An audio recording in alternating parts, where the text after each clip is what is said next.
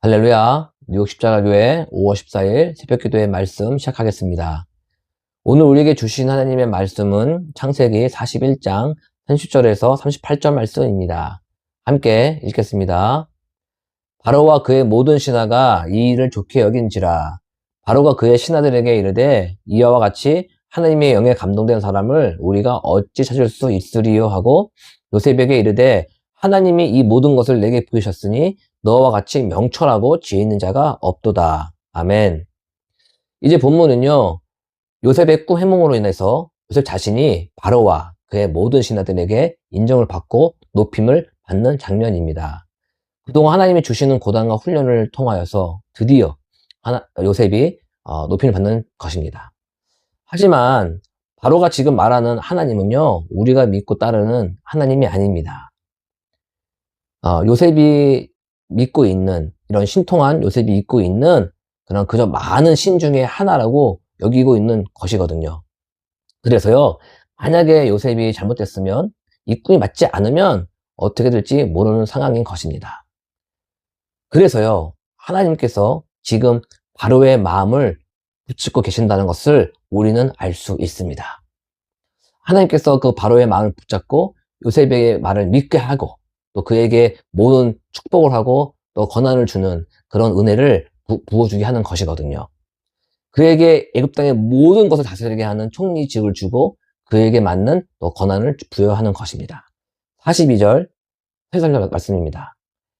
자기의 인장의 반지를 빼어 요셉의 손에 끼우고 그에게 세마포 옷을 입히고 그 사슬을 목에 걸고 자기에게 있는 버금 수레에 그를 태우매 무리가 그의 앞에 소리 지르기를 엎드리라 하더라.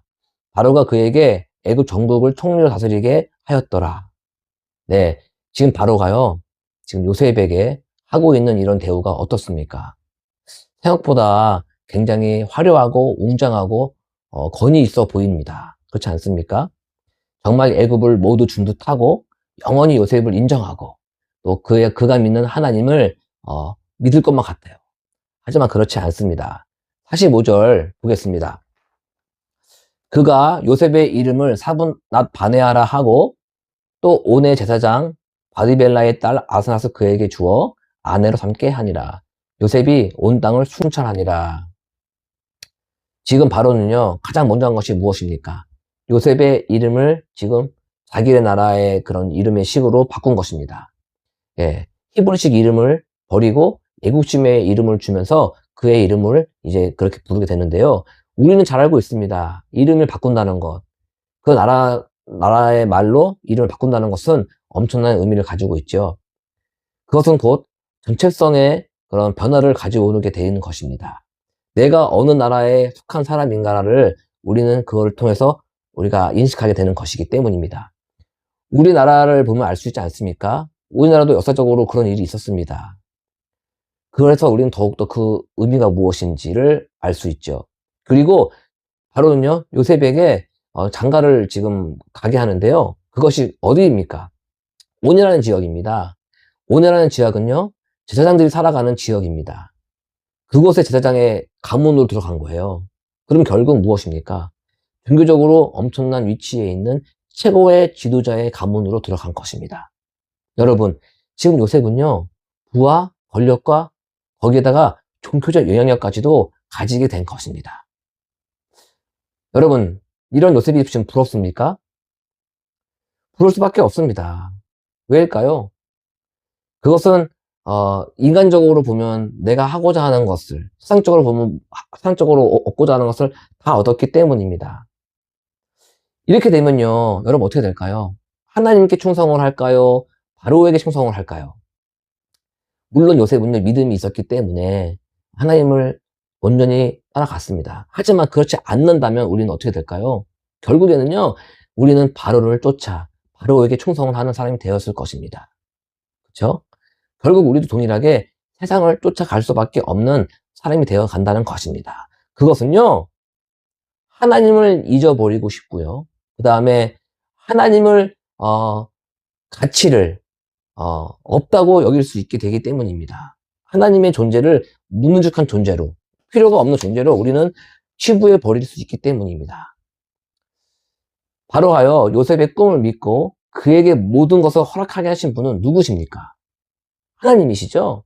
우린 그런 절대 잊지 말아야 될 줄 믿습니다. 저와 누워 십자가 교회가요, 지금 나에게 부어주신 은혜와 축복은 하나님으로부터 왔다는 것을 잊지 않기를 바랍니다. 가정과 교회와 직장에 하나님이 지금까지 부어주신 은혜와 축복을 온전히 하나님께 영광을 돌리는, 하나님을 인정하는 그런 교회 되기를 예수님의 이름으로 축복하고 기도합니다. 아멘. 하나님께서 바로를 통하여 이렇게 요셉에게 엄청난 축복을 하신 이유가 이제 다음에 나옵니다. 앞에서 말했지만요, 그는요, 이런 상황 속에서도 자신의 정체성을 잊지 않았기 때문입니다. 51절, 52절 말씀입니다.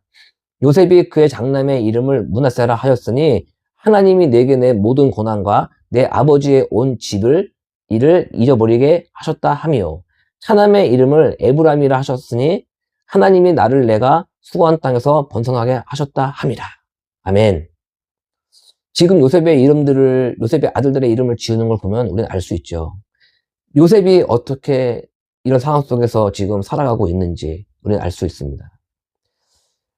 나의 아픔과 상처를 회복시키셨다.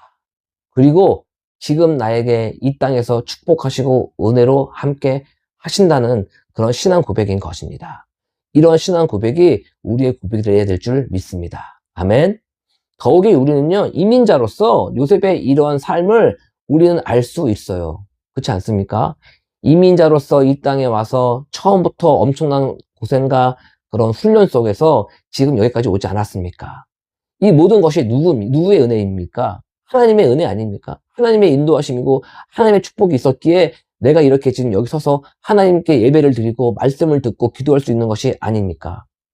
여기서 본 것 같이요, 사람의 이름을 짓는다는 것은 엄청난 영향력이 있는 것이고 의미가 있는 것입니다. 이처럼 요셉은요, 그것의 의미를 알고 있었기 때문에 지금 자식들의 이름을 히브리식 이름으로 짓고 있는 것입니다. 뜻이 그렇지만요, 더욱이 애굽식의 이름이 아니라 히브리식 이름으로 그 아들들의 이름을 지었다는 것입니다. 비록 자신은 애굽식의 이름을 받아서 그렇게 불려지고 있지만 자식들의 이름만큼은 히브리식 이름을 지음으로 말미암아 그들의 정체성을 정확히 알게 해주기자 원했기 때문입니다. 여러분, 제가 그래서 찾아봤습니다. 혹시라도 이 요셉의 아들들의 이름이 애국식의 이름인지를 알아봤습니다. 하지만 공식적인 문헌에는 없다고 나와 있습니다. 이처럼요, 요셉은요, 자신의 정체성과 자식들의 그런 정체성을 합류시켜주기 위해서 직접 이렇게 히브리식 이름으로 지어준 것입니다. 이렇듯 요셉은요, 하나님의 사람으로서, 하나님의 백성으로서 후손들을 생각한 그런 믿음의 사람인 것입니다. 더욱이 요셉은요, 자신의 그런 언약의 백성이라는 것을 잊지 않고 있었습니다. 아버지와 또 할아버지의 그런 언약의 백성이라는 것, 하나님의 택한 백성이라는 것을 잊지 않고 끝까지 살아간 사람인데요. 창세기 50장 24절 말씀 보시겠습니다. 요셉이 그 형제들에게 이르되 나는 죽을 것이나 하나님이 당신들을 돌보시고 당신들을 이 땅에서 인도하여 내사 아브라함과 이삭과 야곱에게 맹세하신 땅에 이르게 하시리라 하고. 예, 그렇습니다. 요셉은요, 지금 이 애굽 땅에 모든 것을 다 얻은 사람으로서, 형통한 삶을 살아가는 사람으로서 그가 이 땅의 전부가 아니라는 걸 알았습니다. 자신은 또 자신의 나라는 이 땅의 끝이 아니라 가나안 땅, 하나님이 허락하신 약속의 땅으로 가야 되는 것을 알고 있었습니다. 그래서요, 유언까지도 하는데요. 유언은요, 무엇이었습니까? 자신의 해골을 너희들이 나갈 때 가지고 가라고 합니다. 이렇듯 요셉은요, 하나님의 사람이고 또 하나님의 말씀의 사람이었습니다. 언약의 말씀을 믿고 자신 또한 그렇게 될 줄을 믿고 갈 때 나의 해골을 가지고 가라고까지도 말을 하고 있는 것입니다. 이렇듯 자신이 어떠한 사람인지, 자신이 어떠한 정체성을 가지고 있는 사람인지 알았던 사람입니다. 요셉은요, 솔직히 세상적으로 보면은요, 애굽의 그런 문화와 애굽의 삶 속에서 아무런 불편함 없이 살아간 존재였습니다. 그런 사람도 지금 하나님의 나라, 하나님의 그런 백성으로서의 갈급함이 처절하게 있었던 것입니다. 여러분, 요새처럼요, 하나님의 훈련 속에 하나님의 때가 되면 하나님께서 형통케 우리를 하시는 것입니다. 아멘? 아멘. 지금 여러분이 믿음 안에서 고난 속에 있습니까? 하나님의 훈련입니다. 분명히 하나님께서 우리에게 하나님의 평안을 주시고 하나님이 왜 이런 시간을 허락하셨는지 깨닫게 되는 그런 시간이 분명히 있을 줄 믿습니다. 그런 준비가 된 사람에게 또 공동체에게 하나님께서 함께 하시는 것입니다. 아멘. 하나님의 영광을 돌리게 하시기 위함이기 때문입니다. 어떤 상황에서도요, 자신의 정체성을 깨닫고 지금 나에게 일어나고 부어주시는 은혜가 어디로부터 왔는지를 확실히 믿고 깨닫는 사람 되기를 바랍니다. 아멘. 저와 누워십자가 교회가 보는 곳 위에 계신 하나님, 그 위에서 일하시는 하나님을 보시기 바랍니다. 또 소망합니다. 오늘 하루도요, 세상의 조건이 아니라 하나님 한 분만으로, 나와 함께 하신 하나님 한 분만으로 감사와 기쁨 넘쳐나시기를 예수님의 이름으로 축복하고 기도합니다. 아멘. 기도하시겠습니다. 하나님 아버지 감사합니다. 저희를 오늘까지 인도해 주신 모든 삶에 감사를 드립니다. 고난 속에 숨겨진 하나님의 축복과 은혜를 기다리는 믿음으로 함께하여 주시옵소서. 세상의 유혹에 넘어지고 쓰러지지 않게 하여 주시고 좋으신 하나님의 손길을 바라보게 하여 주시옵소서. 나의 정체성을 다시 한번 깨닫게 하여 주시고 깊게 알게 하여 주시옵소서. 하나님께 속한 사람으로서 세상 속에서 거룩한 하나님의 자녀로서 굴된 삶으로 인도하여 주시옵소서.